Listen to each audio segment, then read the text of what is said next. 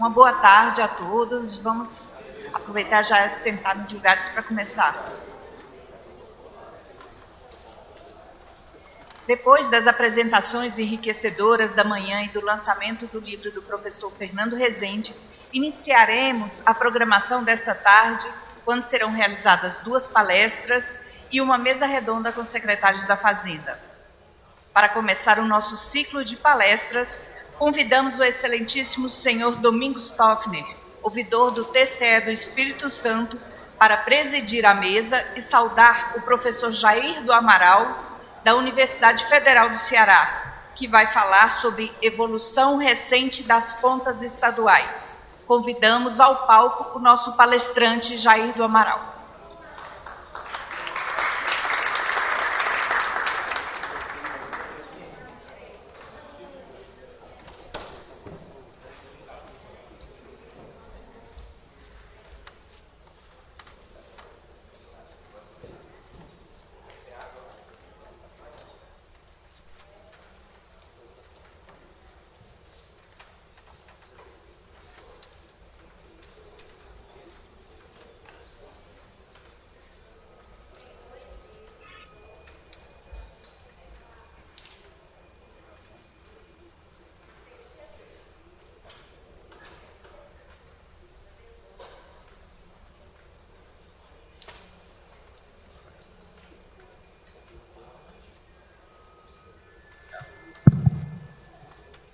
Boa tarde, estamos aqui na mesa com o professor Jair do Amaral, que vai falar mais um pouco sobre federalismo, que é o tema que nós estamos discutindo aqui, agora mais no tocante aos desafios dos estados. E o professor Jair do Amaral, ele é pós-doutor em Ciências Econômicas pela Université de Paris, 13, e doutor em Ciências Econômicas também pela mesma universidade. Atualmente é professor titular em Desenvolvimento Econômico do Departamento de Teoria Econômica da Universidade Federal do Ceará. É também professor e pesquisador do Centro de Pós-Graduação em Economia da Universidade Federal do Ceará. Pesquisador visitante do Instituto de Pesquisa Econômica Aplicada, IPEA, e líder do grupo de pesquisa Região, Indústria e Competitividade. É da UFC em convênio com o CNPq. Bom, passa a palavra então ao professor Jair do Amaral, que poderá falar daqui ou da tribuna, onde achar melhor. Tá bom? Com a palavra, professor. Boa tarde a todos. Bom, primeiramente gostaria de dizer que é uma grande satisfação estar aqui. Agradecer o convite ao Dr. Edilberto Pontes Lima, parabenizá-lo ao mesmo tempo pela iniciativa dele e de todo o corpo do Tribunal de Contas do Estado, parabenizar por essa iniciativa de trazer essa discussão para dentro do Tribunal, não só aqui, né? Parece que é em nível regional também, em outras regiões se passa.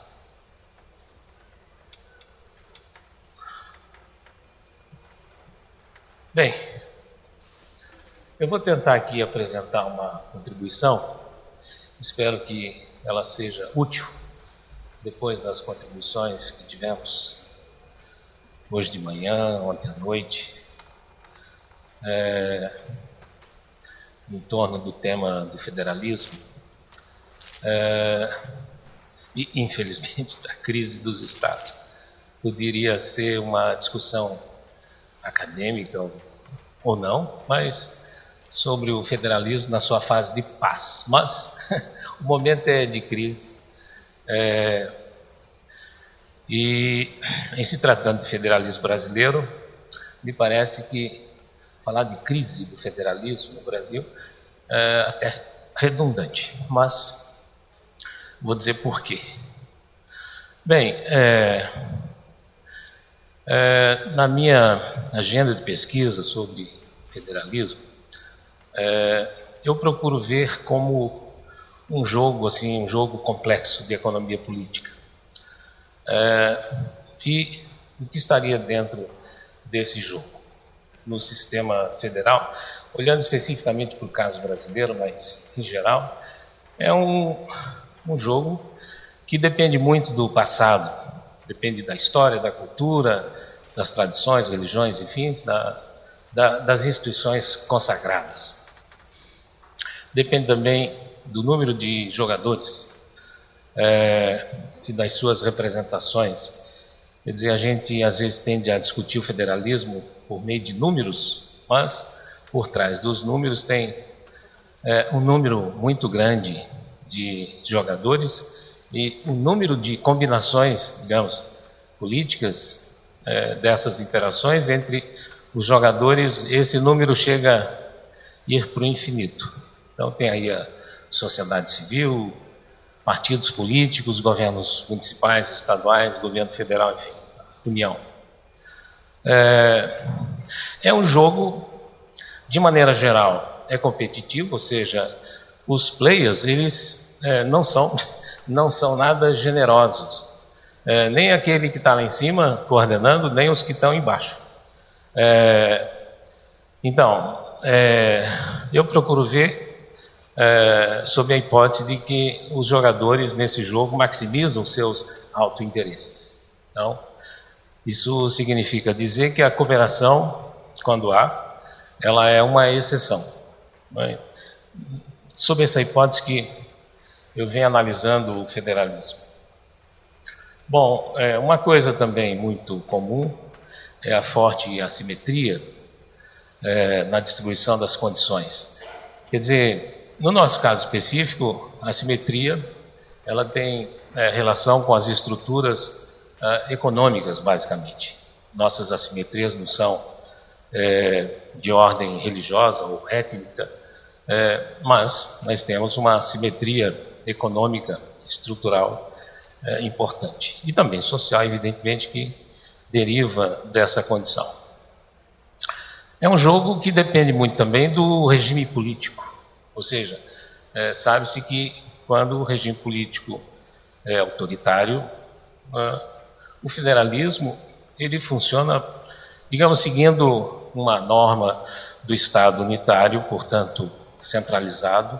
E quando funciona, digamos, no regime mais democrático, a tendência é que haja mais liberdades políticas. Então, contrabalançar liberdades políticas com liberdades econômicas é uma tarefa difícil. Não é? A Índia tem atravessado um longo caminho com um certo grau de sucesso, não é? Em seu sistema federativo. O jogo lá é muito mais complexo. Bom, para enfrentar essa complexidade, em minhas pesquisas eu tenho recorrido a uma caixa de ferramentas que eu tenho chamado de quadrilátero do federalismo. Esse quadrilátero, digamos, tem quatro elementos, quatro fundamentos que eu acho assim estruturador e organizador do sistema federal, em qualquer sistema federativo, mas eu acho que esses quatro elementos nós poderíamos usar para qualquer sistema com um certo nível de complexidade. Ou seja, um sistema de Estado único também pode ser analisado, não é, com esses quatro elementos. Uma família numerosa pode também nós aplicarmos esses quatro elementos. Ou seja, o primeiro deles é a autonomia, a base, por exemplo, desse conflito da Inglaterra com a Europa, mas se trata de uma autonomia relativa, e aí se encontra, portanto, a concorrência. O segundo elemento, ou fundamento, é a cooperação, é o que, digamos, é o que menos funciona em relação à autonomia. Não é? Esses dois fundamentos, eles são compartilhados tanto pelos Estados federados, no caso nosso, governos estaduais e municipais, como também a União, o Estado federal. Então, nós temos aí níveis diferentes de autonomia relativa, né? E temos concorrência também entre esses três esses três níveis. Vez por outra, as cooperações aparecem. Isso depende muito do sistema de incentivo que levem à cooperação. Bom, tem outros dois elementos. Esses dois eles estão intimamente ligados à competência da União, ou seja, do governo federal. Que é a questão da coordenação, e eu destaco dentro dessa coordenação a estabilização macroeconômica. Mas tem uma outra função que vai formar, digamos, esse quarto fundamento, que é o fundamento da equidade, ou seja, a coesão regional, ou o princípio da solidariedade entre os estados, entre as unidades, entre as regiões e macro-regiões. Então, esses dois princípios, esses dois fundamentos, eles estão a cargo da União. Dificilmente podemos transferir esses dois princípios, dois fundamentos ou duas tarefas para os governos federados. Bem, então assim, eu começo a organizar a minha cabeça para enfrentar esse jogo cooperativo, esse jogo complexo. Bem, com esses elementos, eles perpassam toda a literatura sobre o federalismo. Só que eu não, assim, na minha análise, eu não privilegio a princípio a cooperação, a princípio a concorrência, a autonomia, né? Quer dizer, a articulação desses quatro princípios, ela é dinâmica e é construída e varia, né? De sistema federal para sistema federal. Então, eu organizei esses quatro elementos dessa forma, ou seja, tem um campo da autonomia. Esse campo é o campo mais tenso do sistema. É o campo mais tenso por quê? Porque todas as unidades demandam muita autonomia. Isso leva, né, à concorrência. E, bom, aí está o pêndulo da centralização, descentralização, e gera um sistema de funções e competências. Quer dizer, isso vai descendo através de canais, de estruturas, onde acontecem a arrecadação e os gastos, enfim, mas isso vai, não é, ao encontro ou de encontro com a sociedade civil e o mercado. Bem, quando isso acontece, não é, os conflitos voltam em resposta lá para cima. Muito bem, então, eu acho que esse campo é o campo mais sensível do sistema federal, onde se dá, portanto, a concorrência pela autonomia, e onde acontecem os conflitos. Bom, tem aí o campo da cooperação, é um campo mais ou menos atrofiado, principalmente no nosso caso, no nosso sistema federativo, mas vejam que aí, reparem que cada elemento desse, cada campo desse, gera um sistema, um subsistema de incentivos, ou que pode se transformar na prática, dependendo da caduquice do sistema, do subsistema, em sistema de desincentivo, né? Depende da atualização do sistema. Mas a cooperação ela pode ser horizontal entre os entes federados, como pode ser e deve ser entre também Estados federados e União, em sentido vertical. Aí embaixo, na verdade, esses dois elementos poderiam estar em cima, devido a esse voluntarismo enorme da União, mas também esse papel predominante da União em coordenar o sistema. Então, esse papel predominante da União. Né? Mas não é só o Executivo, a União. No caso, tem a Constituição, tem o Congresso, o Supremo Tribunal, enfim, Federal. E, bom, aí se encontram esses dois outros elementos, a coordenação, junto com a estabilização macroeconômica, e também a equidade e coesão, né, regional. Quer dizer, são do campo, digamos, da responsabilidade da União.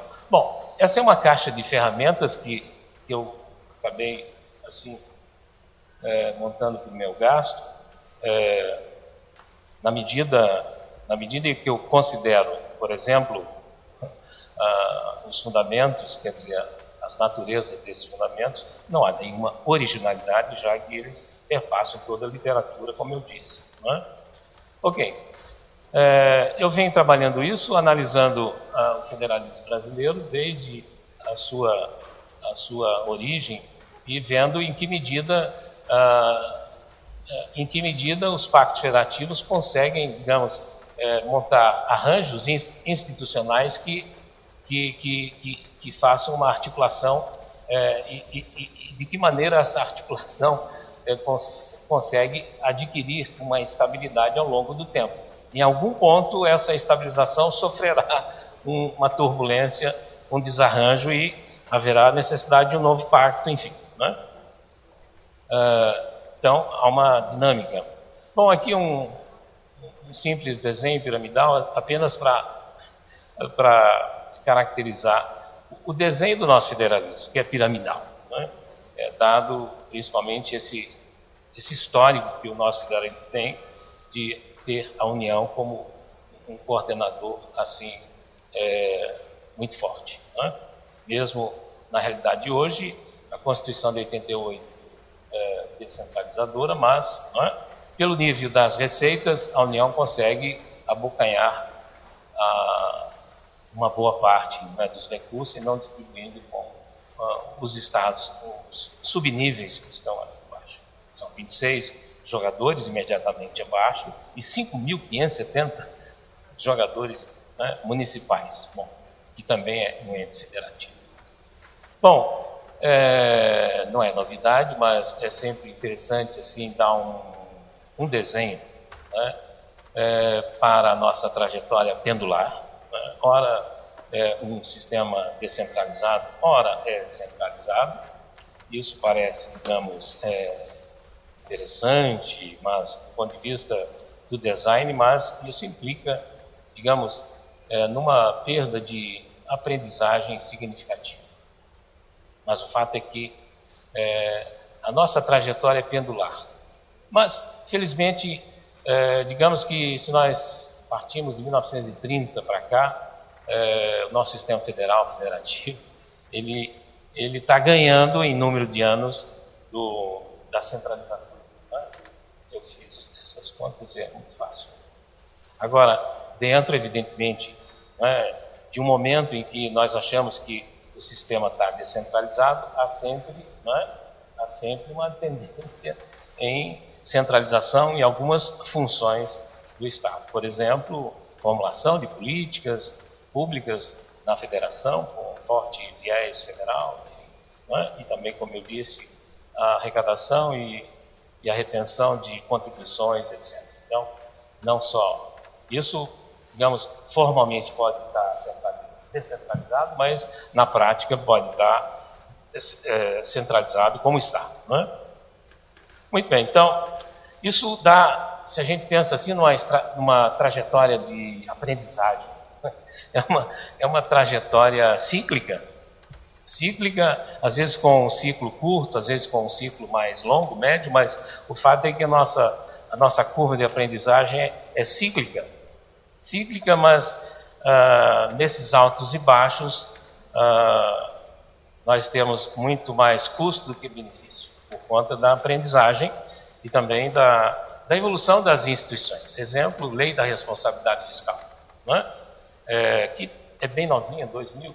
Poderíamos ter tido isso antes, caso tivéssemos um sistema mais linear, mas não linear no sentido assim matemático, mas, digamos, mais estável. Bom, só para eu... Porque... Você está controlando?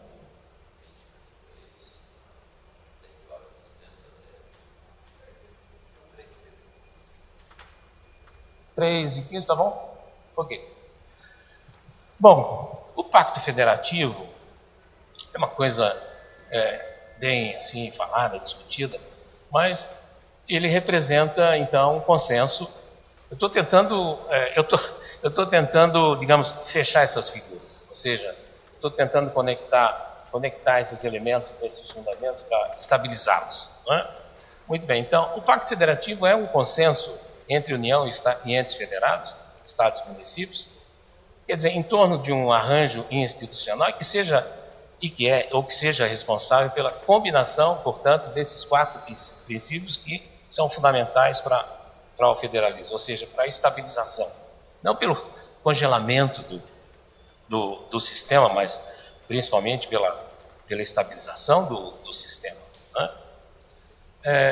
Mas eu descobri que, olhando para a evolução do federalismo brasileiro, eu notei que tem aí quatro fatores de estabilização do sistema. Uma vez faltando, digamos que há uma turbulência, há uma crise, né, que demandam um novo pacto federativo, ou uma renegociação da dívida, um alongamento da dívida, enfim. Né? Muito bem. Uma delas é a taxa de crescimento econômico. Elas têm que ser positivas e sustentáveis, ou seja, tem que gerar arrecadação, tanto para a União quanto para os estados federados. Tem que ter uma coordenação eficaz da parte da União. Não significa autoritarismo, mas uma coordenação eficaz e eficiente da parte da União. E parâmetros institucionais eficazes. E, por último, que é uma coisa muito delicada na questão da relação entre os entes federados, mas dos entes federados para a União, são as diferenças mínimas dos benefícios fiscais líquidos. Ou seja, as diferenças elas existem, mas digamos que elas têm que ser mínimas entre os estados ou entre os municípios, ou que, quando elas são grandes, elas não sejam percebidas. Então, se elas são percebidas, então manifesta o conflito, né? E a cobrança. O conflito distributivista dentro do sistema. Bom, estamos num momento em que as diferenças elas não são mais opacas, elas existem, né, e são evidentes, e elas se agravaram. Então, daí o conflito distributivista dentro do sistema ter sido agravado. Né? Ok, eu queria falar um pouco, rapidamente, sobre o Pacto Federativo de 88, que é muito assim caracterizado por ter sido uma construção tipo desconfigurada. Né? Fazendo assim um rápido balanço, eu pegando aqui os 4 fundamentos, os 4 princípios que me guiam. O da autonomia, houve uma descentralização positiva dos serviços, há falhas na saúde, educação, saneamento, mas é um aspecto extremamente positivo, mas a descentralização das responsabilidades foram incompatíveis com as transferências de recursos, além da baixa autonomia real da parte dos municípios, principalmente os pequenos. Bom, isso do lado da autonomia. Com relação à cooperação, a cooperação vertical foi obtida, finalmente, mas tardiamente. Né?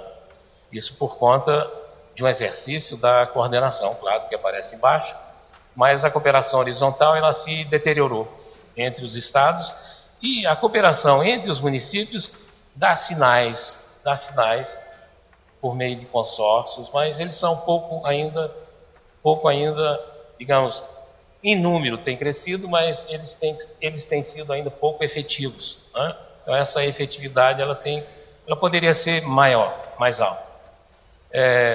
A coordenação e estabilização ela avançou, mas a coordenação tornou-se, digamos, mais centralizada e imperfeita nos estímulos.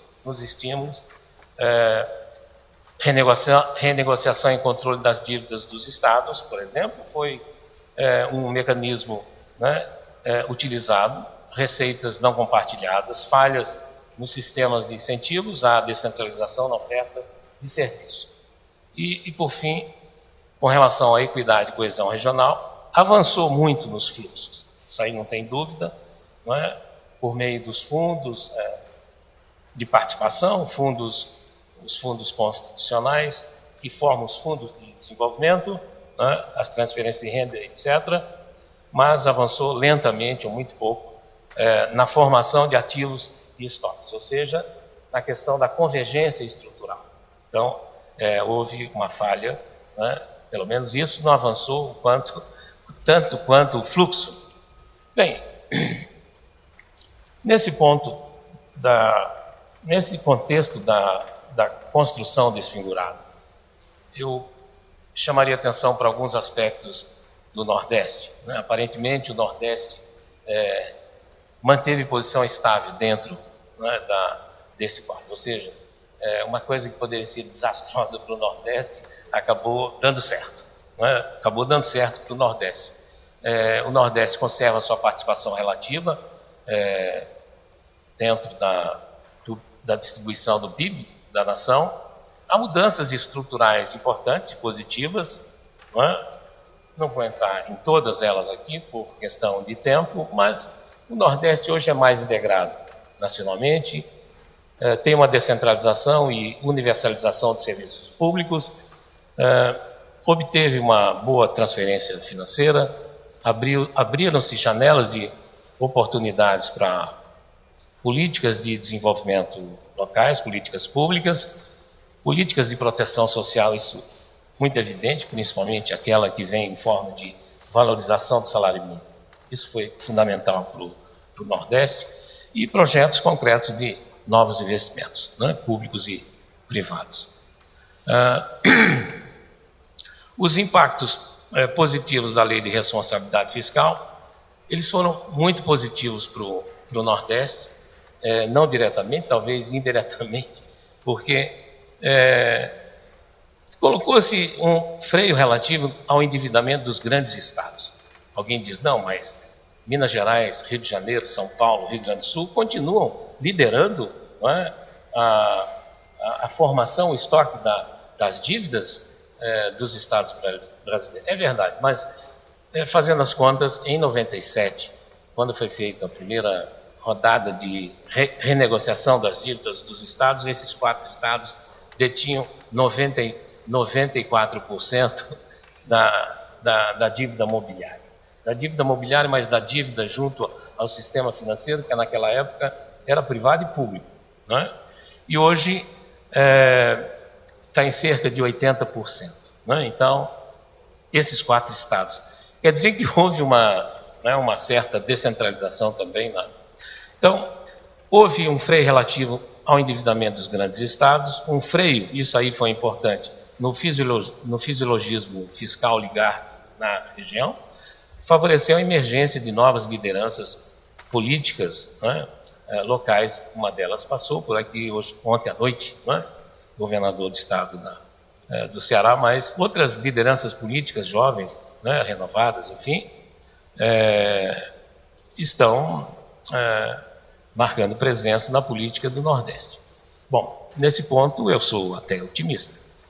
Bom, em contrapartida, os déficits sociais e produtivos são enormes, isso aí são evidentes, os números do IPES mostram isso, mostram também os avanços, mas ainda há um déficit muito grande. E a questão da fuga do excedente da nossa poupança, da nossa, digamos, nosso excedente comercial, é uma evidência. Enfim, em resumo, a equalização fiscal e social avançaram, mas a desigualdade estrutural persiste. Fazendo aqui um resumo da ópera, a Constituição de 88, olhando para o Nordeste, a Constituição de 88 gera ao mesmo tempo um pacto federativo e um pacto social que trouxeram para o Nordeste resultados muito positivos. Não é? Favoreceu ao Nordeste a existência de um regime de crescimento vibrante e, ao mesmo tempo, de inclusão social. Entretanto, as estruturas desse regime de crescimento são muito precárias e muito, digamos, vulneráveis em relação a choques adversos. Eu me refiro à crise atual. Né? É um regime de crescimento extremamente sensível à inflação e extremamente sensível à condição fiscal, principalmente da União. Né? Ok. Entrando agora na parte final, a crise dos estados e fatores causais. Bem, contas dos estados, eu chamaria atenção aqui, primeiramente, para a crise de 97 e 99. Foram 3 rodadas de negociação, a primeira em 97, depois em 98 e a final em 99. E E olhando para aqueles 4 fatores que eu chamei a atenção anteriormente, fatores que antecederam essa crise, os fatores causais. Primeiramente, na época, há um crescimento econômico baixo, mas heróico, de em média 2, 4% nesse período que vai de 86, primeira tentativa de estabilização até 96. Estou dizendo aí as vésperas da negociação da dívida. A coordenação foi ineficaz. Trata-se de um período, tratava-se de um período, de aprendizagem democrática, não é? Quer dizer, experimentação. Os parâmetros institucionais praticamente eram inexistentes e as diferenças dos benefícios fiscais eram muito opacas. Quando eu digo isso, eu estou me referindo principalmente à questão da eficiência na aplicação das transferências embutidas nos fundos de participação, mas também eu estou me referindo aqui às capacidades que cada Estado deve ter, pode ter, no sentido de arrecadar e fazer políticas públicas originais, endógenas, etc. Opacas nesse sentido, porque aí as diferenças diminuíram, mas essas diferenças potenciais continuam opacas até hoje. Muito bem, aqui eu trouxe eu tirei do baú um gráfico interessante para mostrar o que um Estado pode fazer hoje. Isso foi o que o Estado do Ceará fez em 87. A partir de 87, com o governo das mudanças, vejam que a relação gastos com pessoal e receita corrente líquida, que é a curva, a linha em azul, a participação é de quase 100% em 83, não é? Aí em 86 cai para cerca de 60 e poucos por cento, e a partir das mudanças, ou seja, a partir das reformas estruturais ocorridas a partir de 87, há um decréscimo nessa relação, assim como há um decréscimo também na relação serviço da dívida e despesas totais, assim como a capacidade de investimento devido ao aumento da poupança pública, investimento sobe. Não é? Isso é um resultado, vamos dizer, automático, não é? Aritmético, desses dois esforços que foram feitos pelas linhas azul e vermelha. Não é? Muito bem, então a linha verde acaba se recuperando. Não é? Há um número considerável de investimentos realizados na época na infraestrutura. Eu estou colocando isso para chamar a atenção para o seguinte: isso aqui era uma ilha dentro da crise fiscal financeira dos Estados Federados dos anos 90. O Estado do Ceará fazia o seu ajuste solitário, era o lobo solitário, em 87. 87, 88 e seguidos. Tarso Gereissati, Ciro Gomes, Tarso Gereissati e por aí foi. Com isso, não sei se o governador Camilo chamou a atenção, criamos uma tradição de prudência fiscal do Estado, não é? Porque isso dá resultado, isso traz benefício, não é? Isso é interessante. Bom, contas dos estados, a fase de estabilidade. Bom, teve a crise, houve as negociações, mas após isso houve estabilidade, mas não pelas renegociações das dívidas. Como nós estamos assistindo hoje, pode-se criar a ilusão de que essa renegociação da dívida que está em trâmite no Congresso pode trazer a paz, né? Pode trazer a paz federativa, uma paz entre os estados. Parece que não, eu acho que não. Isso é apenas um começo, não é?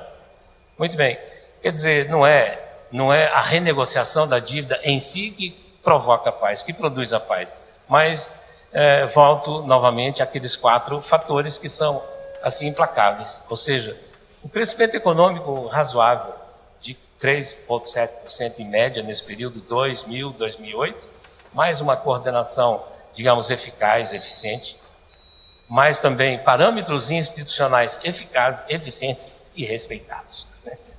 Ou seja, afastando assim, riscos trazidos pelo ciclo eleitoral, por exemplo. Isso é importante. E também as diferenças mínimas sempre existentes ou não percebidas dos benefícios fiscais entre os estados federados, né, ficaram, digamos, bem comportados ou bem comportadas.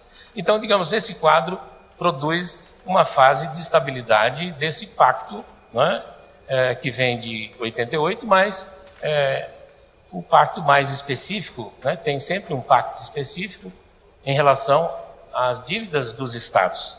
E nesse momento, tem que chamar atenção para isso, na renegociação das dívidas com os estados, os condicionantes foram muito claros em relação às contrapartidas que os estados deveriam trazer. E trouxeram, muitos trouxeram, mas muitos ainda conservaram seus bancos comerciais e bancos de desenvolvimento. Eu posso estar cutucando alguém aqui de algum outro estado, né? Mas é isso. Aqui, pelo menos, né, esses dois bancos foram saindo da esfera do Estado. Muito bem. Nesse momento que a gente está vendo, eu pelo menos, não vejo assim claramente condicionantes, assim, ou contrapartidas claras do lado dos governos estaduais. Né? E pelo contrário, alguns estados, algumas regiões continuam reclamando, mesmo depois do batido martelo da renegociação. Mas esse martelo ainda vai funcionar várias vezes. Muito bem. Contas dos estados, a crise de 2016, os fatores antecedentes causais. Estamos numa crise, 2016, se forma aí a partir de alguns anos antecedentes, e é interessante olhar para aqueles 4 fatores, digamos, que condicionam um quadro relativo, favorável ou não desfavorável. Os fatores antecedentes causais. Tem o crescimento econômico medíocre, eu estou me referindo principalmente nos últimos anos, 3 anos, ou 4. Coordenação ineficaz, ineficiente. Ela própria, essa coordenação, produzindo risco moral. Ou seja, um efeito demonstração assim fatal, né? Incentivando o endividamento dos estados. Os estados, no que se refere às dívidas, eu até acho, pessoalmente, olhando para os dados, que o problema não é estoque, não é dívida. Eu acho que o problema hoje não é dívida, é fluxo, ou seja, são as receitas que estão muito baixas e no horizonte não conseguimos ver, não é? Digamos, algum animador que vai, digamos, trazer um reânimo a essas receitas, mas, bom, elas virão. O fato é que os estados foram empurrados para esse endividamento por várias razões. Né? Os parâmetros institucionais acabaram sendo ineficazes, não por conta, digamos, do seu conteúdo, mas porque eles foram desrespeitados. Né? E se valorizou muito o ciclo eleitoral. Eu acho que isso aqui, digamos, traçou aí uma das vias causadoras dessa conjuntura. Bem, e com isso tudo aumentam-se as diferenças dos benefícios fiscais, né, entre os governos estaduais e municipais. Bom, entretanto, a crise é diferenciada. Quando a gente olha assim, bom, há uma crise instalada, mas ela é diferenciada, bom, mas isso não é novidade para todos que estão aqui, são especialistas nisso. Em relação, por exemplo, no tocante à relação despesa corrente com receita corrente, né? Todos esses dados são do Tesouro Nacional, eles não são mencionados nos gráficos e nas tabelas, nos quadros. Bom, olhando assim, tirando algumas observações, olhando para a evolução dos dados de 2000 até 2014, eu vou mostrar em seguida aqui o gráfico, mas é interessante extrair aqui algumas tendências, algumas observações. Em relação ao Sudeste, por exemplo, que está na Berlinda, Sudeste deteriora a relação despesa corrente, receita corrente, já a partir de 2007, 2008. Claro, né? Onde está instalada a indústria de transformação, que sofre com a crise, que começa nesse período. E o problema é que essa deterioração não se conserta mais, até hoje. O Sul, Centro-Oeste, Norte e Nordeste, eu estou pegando primeiro pelas regiões, macro-regiões. Sul, Centro-Oeste, Norte e Nordeste também deterioram a relação despesa corrente, receita corrente, a partir de 2008, 2009, um pouco retardado. O Norte, Centro-Oeste, Nordeste e Norte melhoram a relação a despesa corrente com a receita corrente em 2010, quer dizer, 2010, entre 2010 e 2011. Significa que o Centro-Oeste, o Norte e o Nordeste recuperaram um pouco a sua posição. Digamos, a sua posição é deteriorada no momento anterior. Entretanto, no momento seguinte, Nordeste, Sudeste e Sul deterioram a relação despesa corrente e receita corrente em 2012 e 2014. Então, essa deterioração foi, digamos, complicou a conjuntura para essas regiões. Não para todos os estados, mas para essas regiões. O Centro-Oeste melhora persistentemente a relação entre a despesa corrente e receita corrente, entre 2010 e 2014, acompanhada levemente pelo Norte. Né? Entretanto, tem aí alguns estados, ou algum estado, Mato Grosso do Sul, né? Com alguma dificuldade, mas, no geral, para a região Centro-Oeste, a situação não é das piores. Aqui tem o gráfico, né? Mas, assim, é claro que cada um pode tirar uma observação, fazer uma análise, observar uma tendência, etc., mas essas são as principais observações, assim, dentro do tempo que cabe fazer aqui para esse gráfico. Muito bem. Então, a crise é diferenciada também em relação à dívida consolidada líquida, receita corrente líquida. O Norte inicia 2000 com índice baixo, 0,69, estou dizendo 69%, e melhora durante período até 2014. Mas melhora bastante, é um bom desempenho. Quer dizer, ele consegue reduzir, né, essa relação para metade quase. Metade. O Centro-Oeste, depois de iniciar 2000, estou analisando entre período 2000 e 2014, depois de iniciar 2000 com índice alto de 2, né, ou seja, 200%, termina o período em 2014 com 0,59. Quer dizer, um excelente desempenho. Né? O Sudeste inicia 2000 com índice de 1,83, aí, claro, tem o peso de São Paulo, Rio de Janeiro, Minas Gerais, e termina 2014 com um índice de 1,54. Diminuiu, mas poderíamos dizer que é uma condição estável, mas uma condição elevada. O Sul inicia o ano 2000 com índice de 1,99 e chega em 2014 com 1,13. Estável, mas elevado, mas é estável. O Nordeste começa 2000 com 1,38 e termina o período em 2014 com 0,51. Bom desempenho. Quer dizer, veja, do ponto de vista assim, do estoque, eu tenho percebido que não é o grande problema. O grande problema é fluxo, é receita. Né? É a receita corrente. E face à despesa corrente, que tende a crescer mais e mais rápido, a receita corrente não dá conta. Né? Então, essa relação entre receita corrente e despesa corrente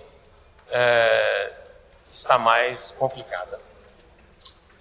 Esse é o gráfico correspondente a essas observações que eu fiz.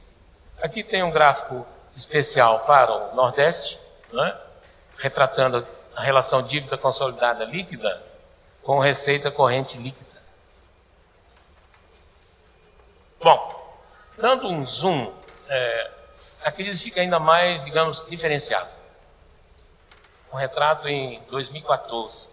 Se eu olho para esse gráfico aqui, não sei se corresponde às cores de algum time de futebol aqui, de Minas. Não é o teu porque é Fluminense, né? Eu poderia agradar os torcedores do Fluminense, caso vocês. Bom, mas aqui tem apenas para contrastar, não é? Dando um zoom, a crise então fica ainda mais diferenciada quando a gente olha para os estados. Olhando aí para um retrato de 2014.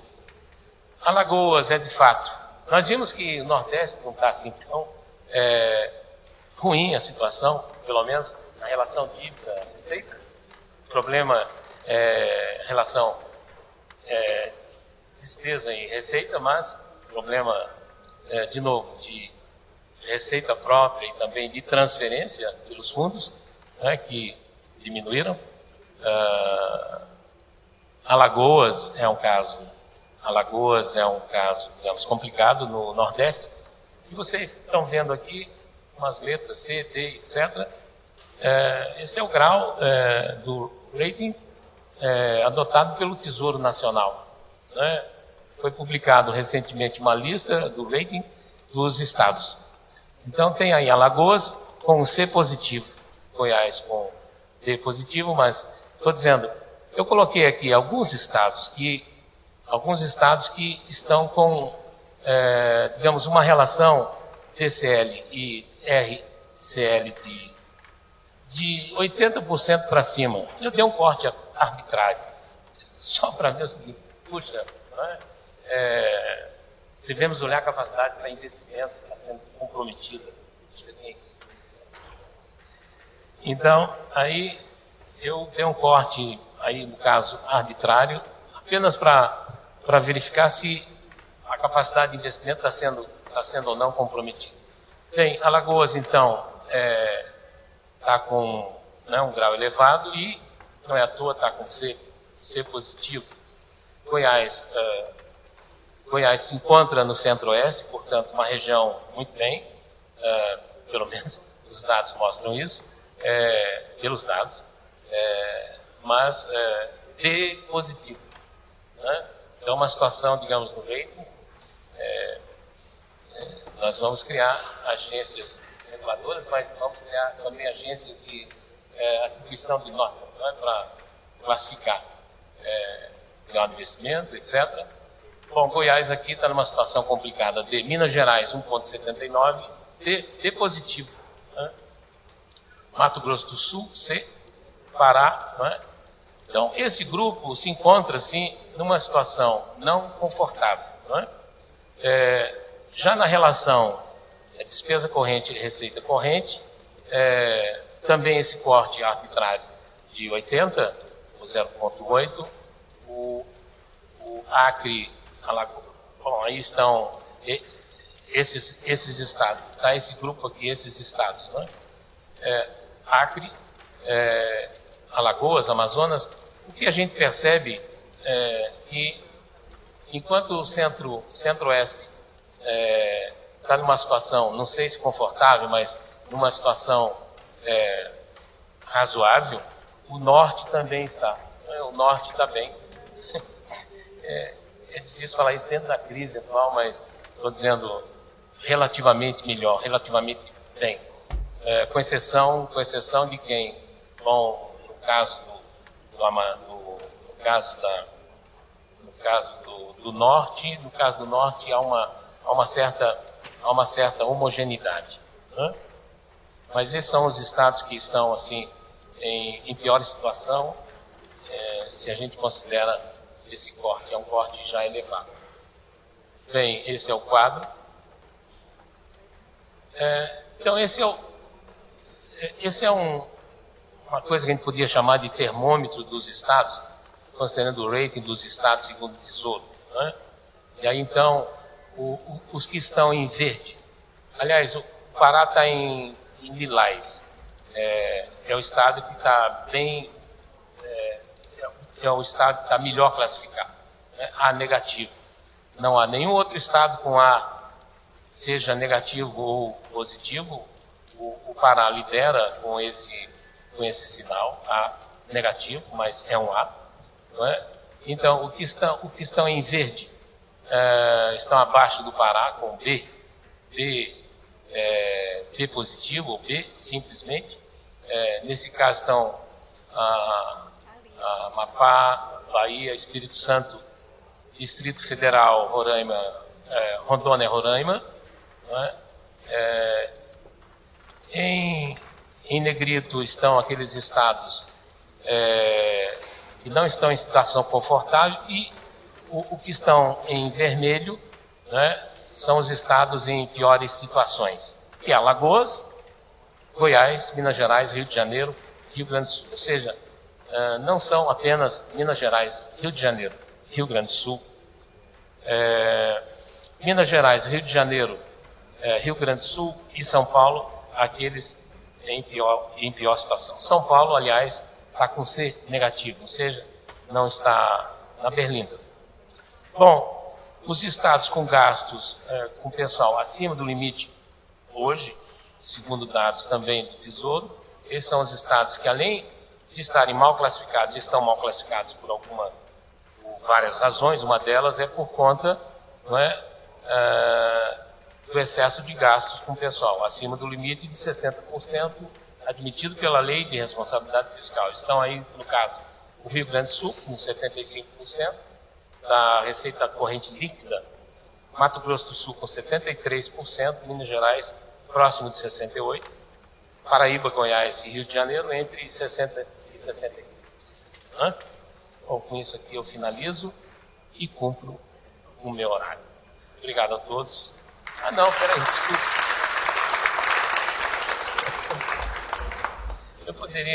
Eu poderia jogar isso para o debate, mas, enfim, aproveitando, desculpa, enorme, aproveitando então aqueles 4 fatores, né, e vem aqui orientando a minha análise, acho que a recuperação do crescimento econômico é um fator fundamental, dentre os 4, já que o problema é fluxo, receita, né, nas 3 esferas. Recuperar a capacidade de coordenação da União sobre as ações coletivas dos entes federados também, né, é evidente. E aí, no caso, é recuperar mesmo, restaurar. Recuperar a eficácia, eficiência e credibilidade, principalmente, dos parâmetros institucionais, principalmente lei de responsabilidade fiscal e lei orçamentária, mas aí tem outros elementos, outros mecanismos que também devem ser, né, conjugados. Reduzir as diferenças dos benefícios, aí, de novo, trabalhar a redução das diferenças dos benefícios fiscais entre municípios, estados e União, porque essas diferenças não só existem, estão grandes, elas são percebidas, né? Embora aqueles problemas continuem opacos. E aí é papel também do Tribunal de Contas do Estado. Ou seja, medir a capacidade do Estado, medir a capacidade, o esforço fiscal de cada Estado. Uma coisa escondida, né? Uma coisa escondida e não muito, digamos, explorada. E aí tem uma hipótese, não é uma afirmação assim categórica.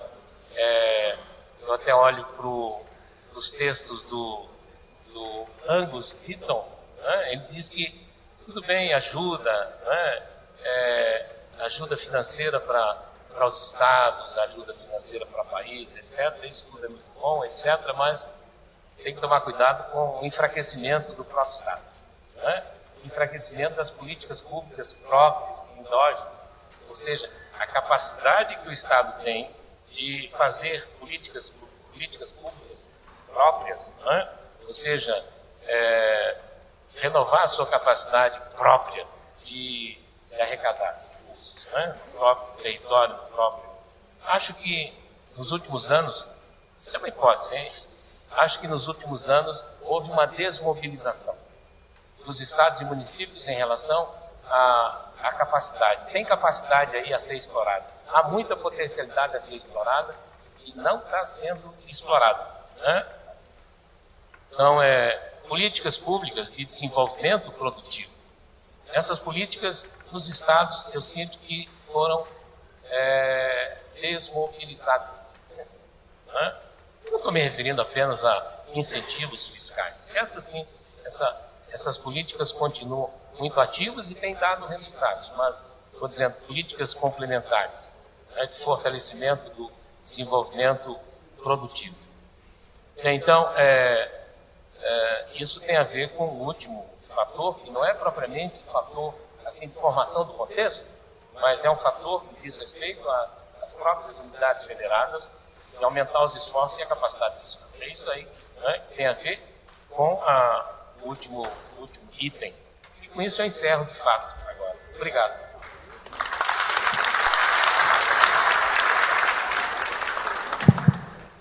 Pergunta à coordenação do evento se tem nosso tempo, tem tempo para debate ou não.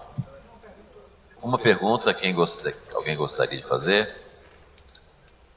Não havendo, né, manifestações para pergunta, agradecemos aqui, né, o professor que fez uma excelente fala sobre a questão das finanças estaduais, tanto no aspecto histórico quanto no aspecto comparativo da situação atual. Quero convidar aqui o conselheiro José Euler, vice-presidente do TCE de Rondônia, para que fazer a entrega ao professor Jair do Amaral do certificado, bem como da placa do Instituto Rui Barbosa.